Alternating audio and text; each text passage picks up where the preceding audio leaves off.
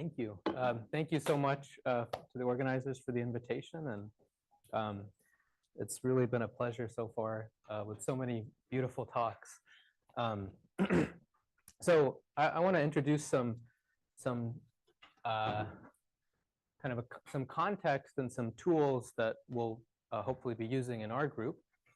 So let me start with just some setup. So yesterday, Nelly introduced splines over a simplicial complex. I'll change the context just a tiny bit. And the main idea being that there's these interior gluing conditions that don't really depend on what happens on the boundary. And so what we can do is actually replace, we can often consider a fan instead of a polyhedral complex. So let me just, hopefully this will become clear in an example in a few minutes. So my context will be, I'll have a pure n-dimensional fan in Rn. So this is a collection of rational polyhedral cones that glue together along codimension 1 faces.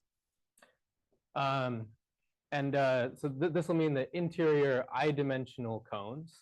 But a lot of times we'll be thinking about a complete fan. So in which case there won't be any interior cones. By R, we'll denote this will be the polynomial ring in n variables, and this is we'll be looking at it as a standard grade as a standard graded algebra, where these are my homogeneous polynomials of degree d. And for some interior codimension 1 cone, this will be cut out. There'll be a linear form that vanishes along that. And of course, this is only well-defined up to a constant multiple. But I'll just choose one and I'll fix it. And alpha tau will be that choice. And I'll have one other piece of information, and this is a smoothness distribution. And this will be a map that goes from the interior codimension 1 cones to the integers which are at least -1. So -1 you should think of as being discontinuous.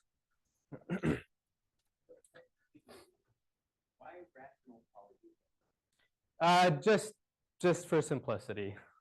So that wouldn't have to be, right? Like we could take something much more complicated than that, but I mean that just has to be yeah.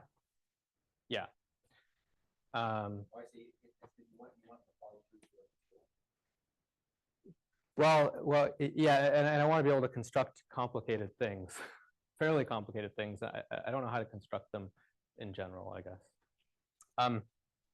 Okay. All right. So with this data,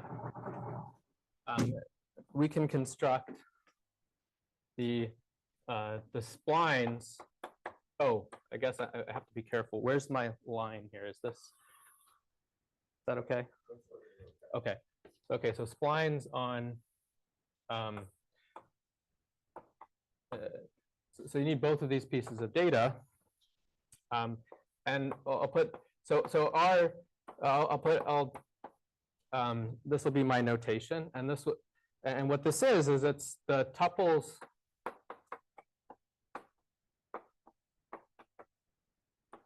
of polynomials, one for each maximal dimensional cone, living in a polynomial ring. The free R module indexed by those cones.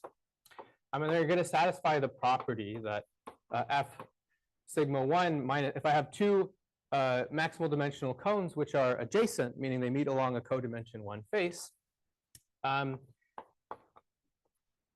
they should be divisible by the r tau plus 1 power of the linear form which cuts out the cone along which they meet. And this should be true for all sigma 1 and sigma 2,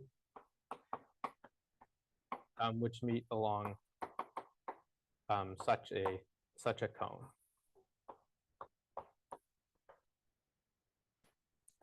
Okay. Now, let me just say a word about this. So what does this condition actually mean? This means that when I consider this as a function, it's differentiable to order r tau along that cone. That's why it's an off by 1 condition. Okay, and the varying of this along each cone is actually useful in practice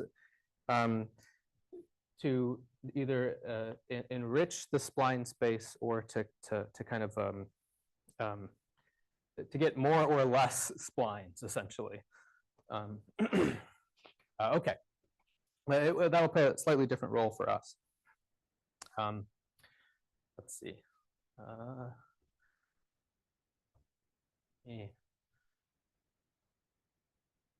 I wrote on too many boards, apparently.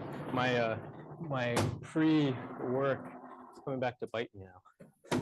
Let's see. So this is itself, since I'm starting with a fan, this is actually a graded algebra. So I can look at the graded pieces, and they're just the splines the piecewise polynomials that have exactly, they're homogeneous of degree d on each face.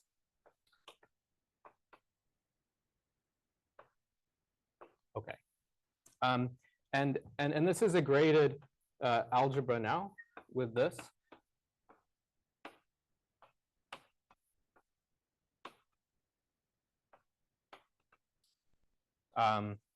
Okay. Okay, so let's do an example, and okay, I think these are okay, pretty self-explanatory. Okay, so here's an example. This is a fan in R2, and it's complete. So I'm completely covering R2. It's got 4 cones, and I've labeled them in a kind of weird way, and there's a reason behind that. The 4 cones are kind of what you think. They're x greater than or equal to 0 and y greater than or equal to 0, x less than or equal to 0, y greater than 0, and so on. And so the linear, so there's 4 2-dimensional cones. There's also 4 1-dimensional cones, and there's 1 0-dimensional cone, which is the origin where all of them meet. And the linear forms for tau 1 and tau 4 are exactly the same because they coincide, and same for tau 2 and tau 3. And what I'll do is let's assign a smoothness distribution so that things are differentiable to order A across the y-axis and to order B across the x-axis. Okay, so with that, so here are 4 splines on this fan. So we can check that these are actually splines. So just for my own sanity, that's the vanishing of x and that's the vanishing of y, right? So if I look at that minus that, it's divisible by x to the a plus 1. That's that condition. And then same here, it's divisible by y to the b plus 1, which is also that condition. And then those are the only 2 non-trivial conditions to check for that one. And for this one, you can check the same thing. Right? Here you get a difference of 0, and here you get the correct power of y. Same there and same there. And these are graded just like you think they are. Right? This is the degree of this one is a plus b plus 2. Here is 2b plus, nope, sorry, b plus 1, right? And a plus 1 and 0. Okay, so far so good.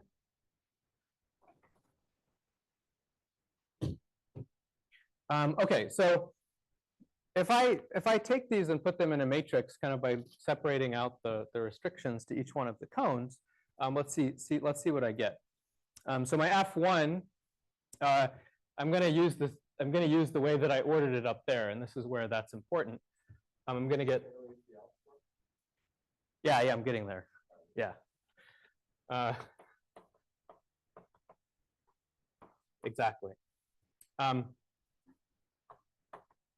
So F2 is let's see, sigma 1, sigma 2. So y to the b plus 1, y to the b plus 1, 0, 0.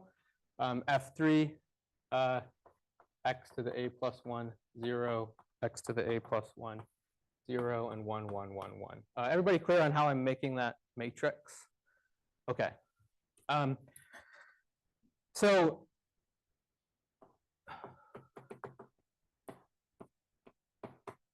if we take the determinant of this matrix, we get x to the a plus 1 times y to the b plus 1 times x to the, or let me just do it in this order. This is actually the product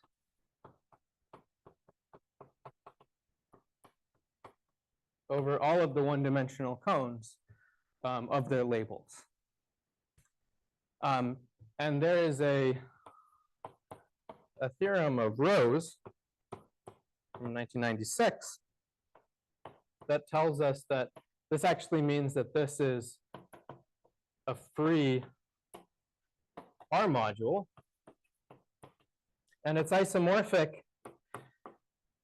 These generate the summands, right? So this is isomorphic to F1. I guess I should write it as R F1, direct sum R F2, direct sum R F3, direct sum R F4. And if we just want to keep track, say, of the graded information, we could just, this would be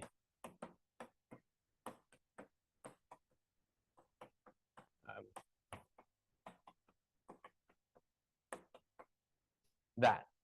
And you can immediately read off the Hilbert function from this, for instance. Okay. The reason why I do this example is because it highlights a connection to hyperplane arrangements. So this is the spline analog of something that's called Saito's criterion from hyperplane arrangements. So this is one connection. Okay.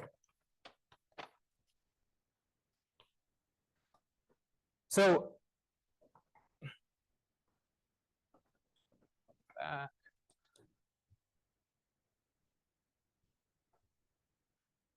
over, we'll keep that.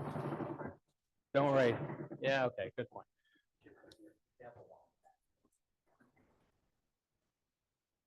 Probably.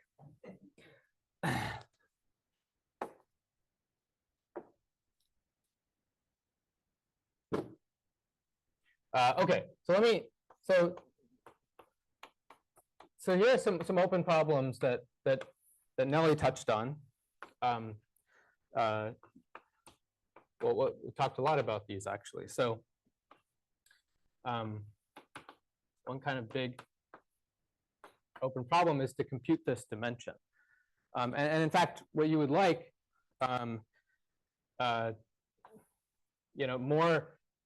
even more ambitiously, is to find a basis. This is some real vector space of finite dimension, and you'd like to find find a basis for it. That's not a problem that we'll consider. So another problem is to kind of determine if this is free. And like here, we were able to find a module basis for it, for instance. But let me just make a comment. This Seital's criterion is very difficult to use. You have to get candidates for these, and that's really hard. So we'd like to develop some more tools. Okay, so one of the things that in the approximation theory group, we'd like to tackle these problems. So tackle, kind of 1 and 2, if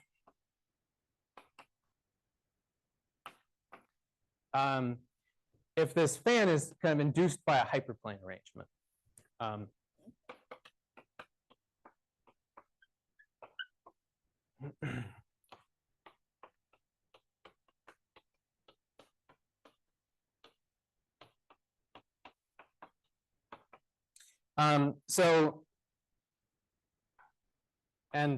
And in particular, it's really, let me add one more important adjective, central.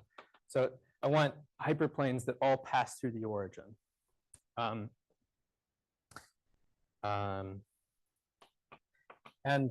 it really, we're really focusing on the 3-dimensional case. This is already plenty hard and unknown. And what's the, okay, so what do I mean by induced by? I just mean that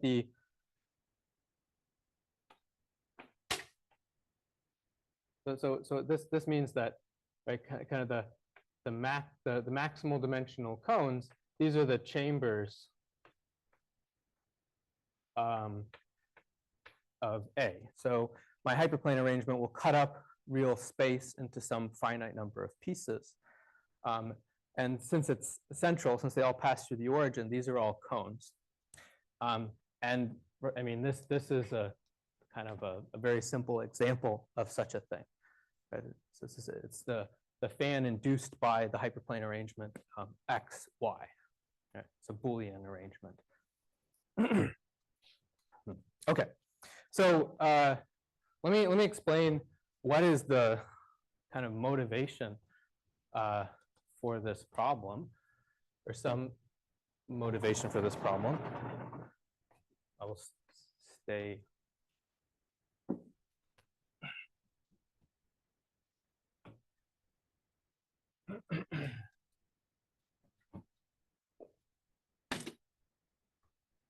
Okay, so the motivation for looking at this in particular, I want to give a couple of reasons. So there's something called cross-cut partitions in 2 dimensions. And what these are, you should imagine kind of fixing some region. For instance, I'll just take a square, and then you cut up this region by just taking a bunch of straight lines. And then you look at splines on this, and so this doesn't look like a fan. How would we make this a fan? You would do this coning construction. So you would pick this picture up into 3 dimensions at the plane z is equal to 1. And then you would, so you should imagine this then living at a sheet at z is equal to 1, and then you connect to the origin, all of the points on there to the origin. And so you might imagine, right, if I take this point, that's going to turn into a ray then. And so then this will turn, I'll have like this chunk, for instance, and that would turn into a 1, 2, 3, 4, 5-sided rational polyhedral cone.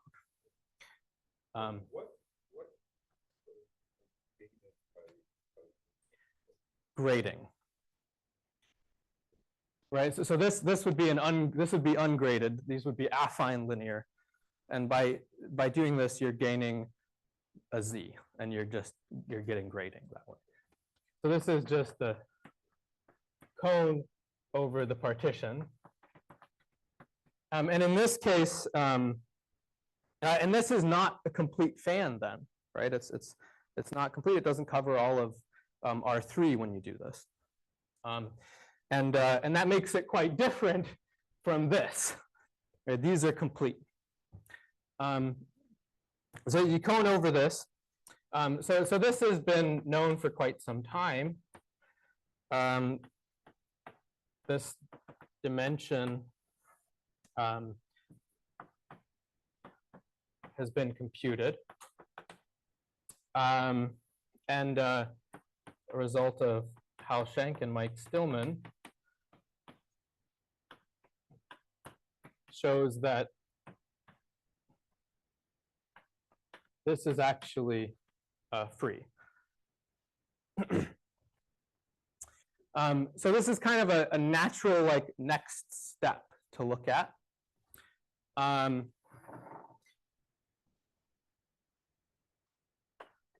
And it's way more complicated. So this means I'm just looking at the continuous splines, right? So this object is not even, that's not so well understood.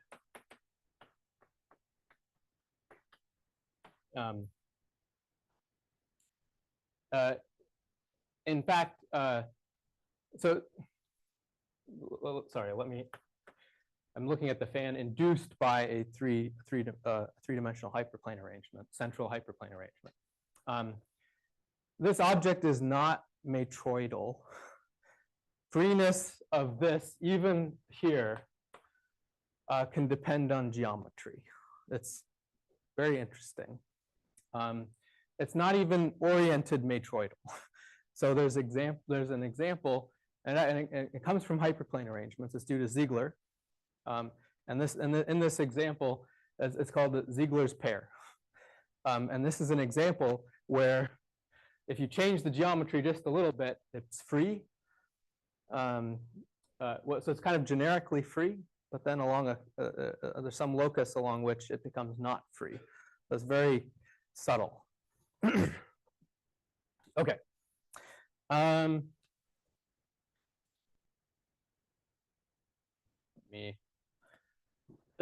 let me give another piece of motivation of why this is interesting.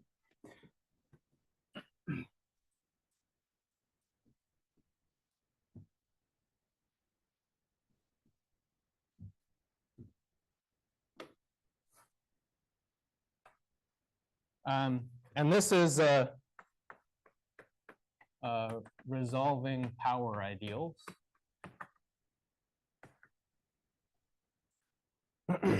So now I'm going to restrict to some hyperplane arrangement in R3, a central hyperplane arrangement.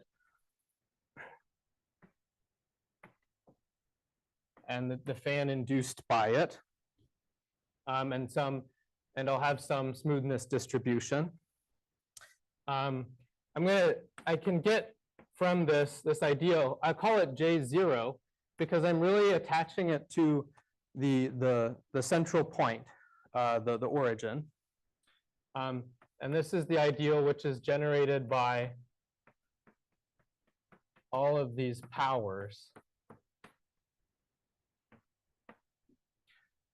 of these linear forms. So in that example, this J0 would be just x to the a plus 1 and y to the b plus 1, a very simple ideal. We can also attach to every ray in the fan an ideal which consists just of those powers of linear forms that contain that specific ray.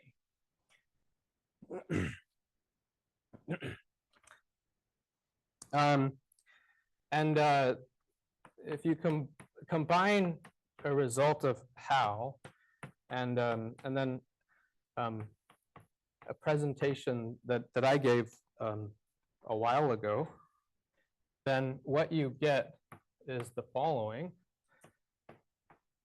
that the splines on this fan induced by the hyperplane arrangement is free if and only if some syzygetic criterion is met. And this is that the syzygies on this big ideal are generated locally by the syzygies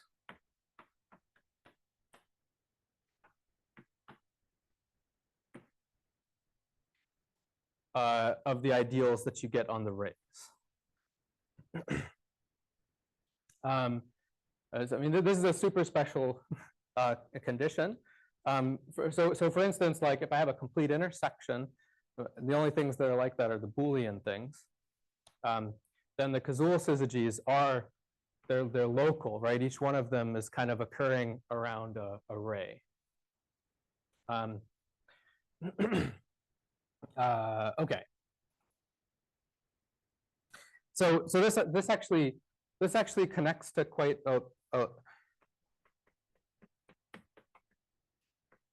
and I think these connections are not very much explored that I know of. So this connects to literature on power ideals. So there's papers by Postnikov and Shapiro, by Ardila and Postnikov, and by Howe, where this is actually like the crucial kind of thing that you need. It also connects to, I mean, and these, what I'm writing down are kind of all connected. There's these zonotopal algebras by Holtz and Rahn, and by Lenz.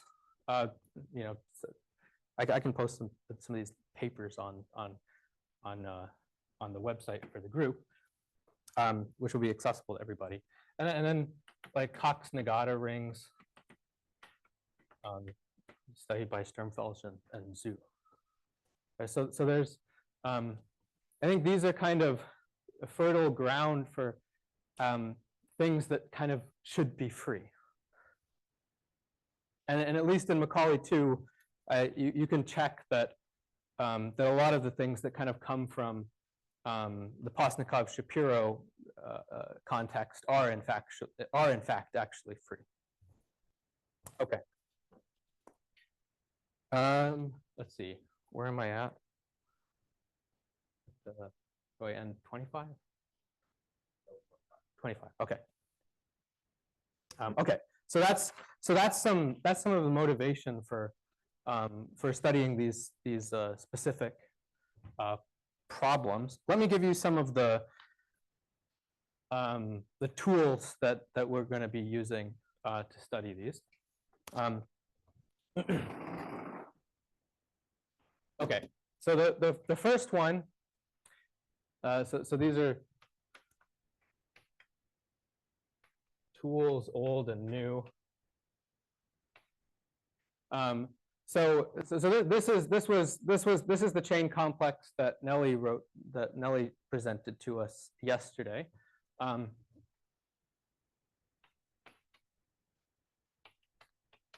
there's a chain complex that Valera wrote down in '88, and Schenk and Stillman kind of modified this chain complex in a pretty crucial way in '97. And it, I'm going to write, so I'll write this down. So this is, I'm writing this down for a complete fan in R3. So the ideals here, I guess there's one that I'm missing. If tau is a two-dimensional cone, then this is simply the ideal generated by the r tau plus 1 power of alpha tau.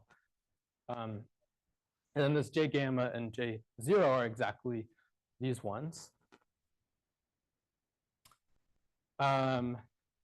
So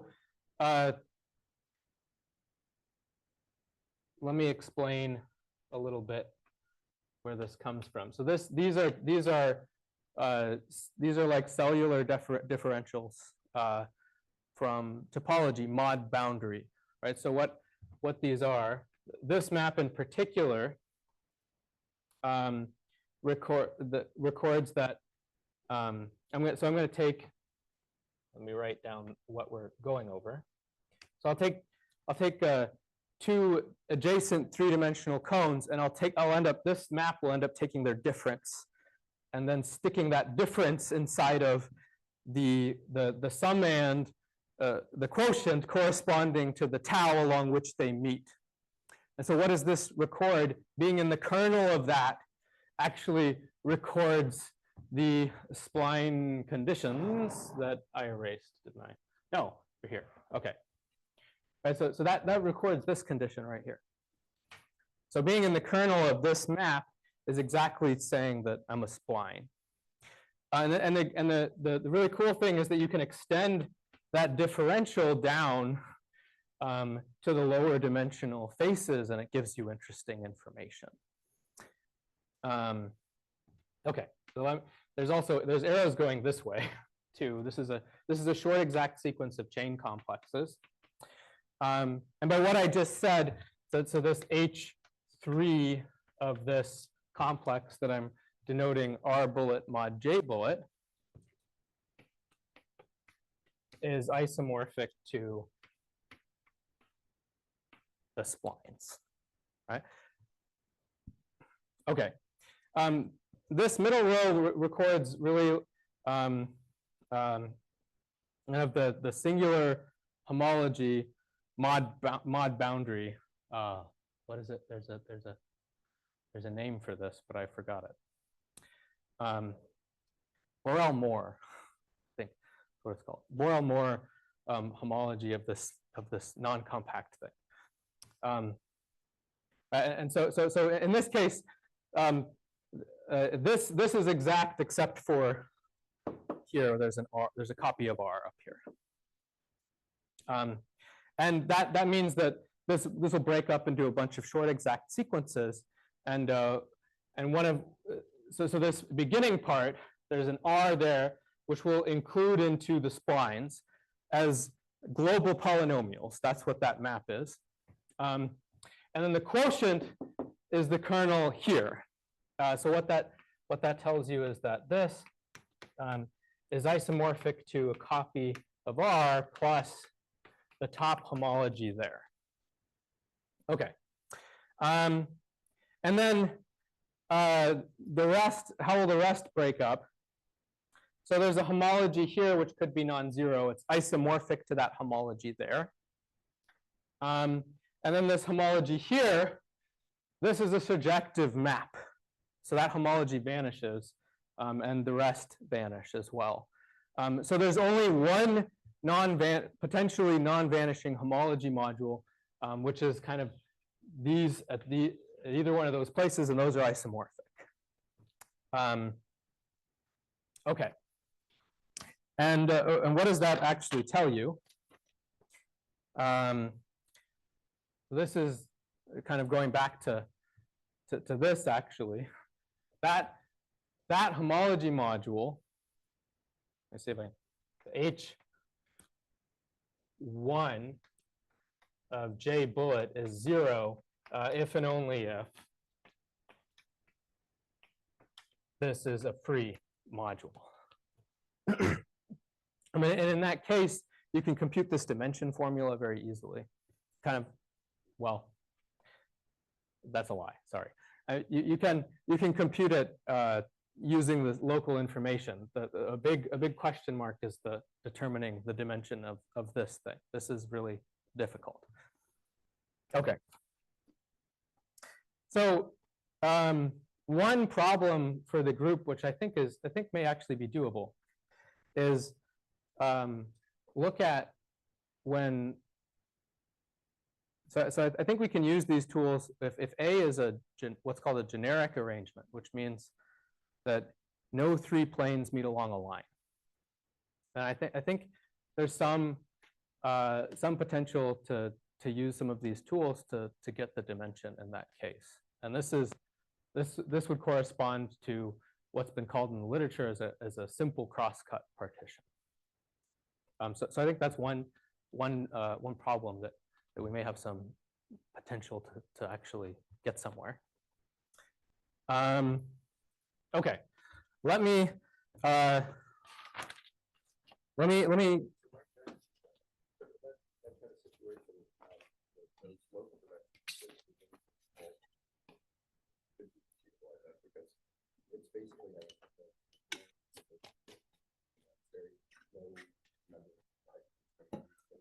What about that eight line? Show that thing vanishes? It never vanishes. It never vanishes. But I think there's actually there's a presentation for the homology here, and there's a lot of cancellation with that, which means that a lot of the difficult stuff may go away. So that's the idea. Does that answer your question? Okay. So let me explain. So there's one other. This is one tool, and this has been kind of a tool that's been used a ton for people doing algebraic splines from an algebraic perspective. Another tool is this this freeness criterion here, but this is quite difficult because you have to construct the splines, and when you move away from very simple examples like that, like this one, that can be just very, very hard. So let me. I want to explain one more thing in the remaining time.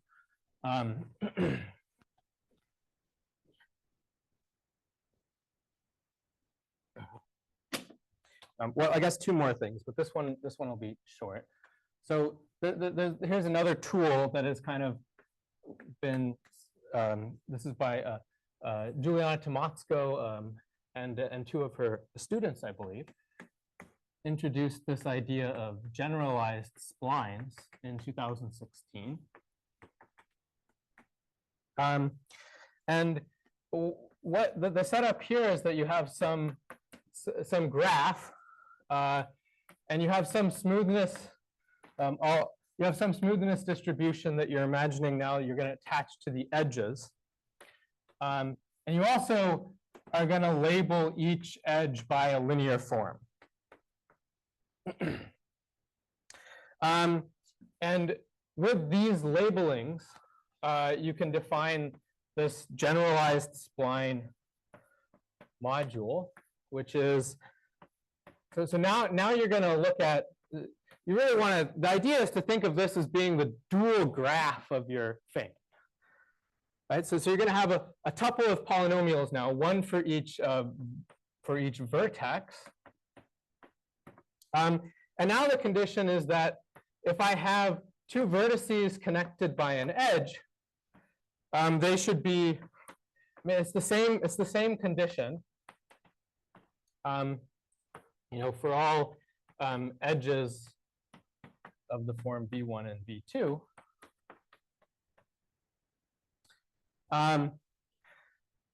It's the same condition, but there's something crucial that's changed, which is that you've kind of pulled apart the graph from the geometry. So your labels now might not necessarily be somehow coming from these codimension 1 things like they were in a fan. And then this is actually quite useful. And I want to now explain how that's useful. Okay, so this is the last kind of tool, and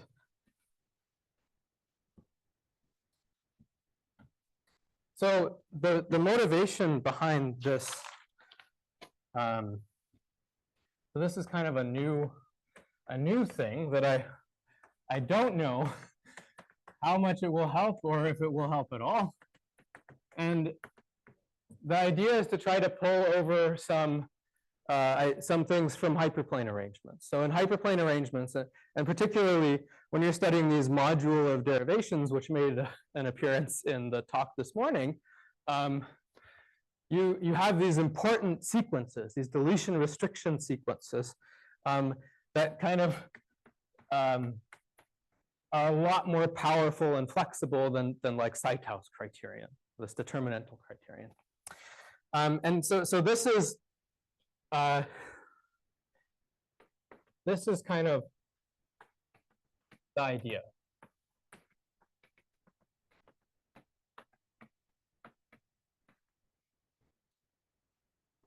So what I'd like to do is I have my spline module here in the middle. And what I'd like to do is I'd like to pick a hyperplane and reduce smoothness along that hyperplane. And so I'll write this like this. So what this means is this is a map going from from codimension 1 cones to the integers. And whenever I have a codimension 1 cone that lives in H, I'm going to subtract 1 from it. And otherwise, I'm going to leave it alone. Right? Now, I can multiply by the defining equation of that H, that linear form. And that will actually, I can do this like component-wise. I just multiply all of the polynomials by this alpha H. And that will bump up the smoothness to R along H. It will basically just mean that that's going to bump up because I multiplied by the right thing. And